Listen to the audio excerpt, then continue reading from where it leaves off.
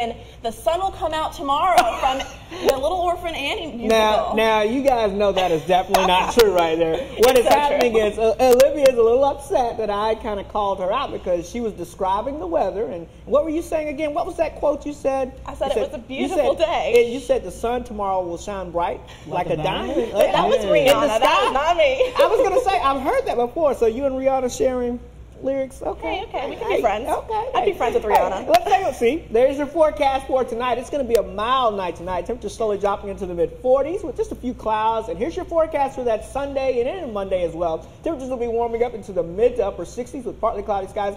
A great day. And yes, Olivia, the sun, you can see it right there in the top left corner there. It will be shining bright.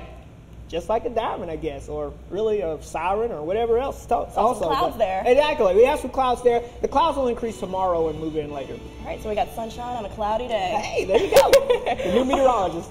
There we go. All right, we're here back tomorrow night at 10, and we're on anytime at kplctv.com and on mobile. Thanks for watching, and have a great night.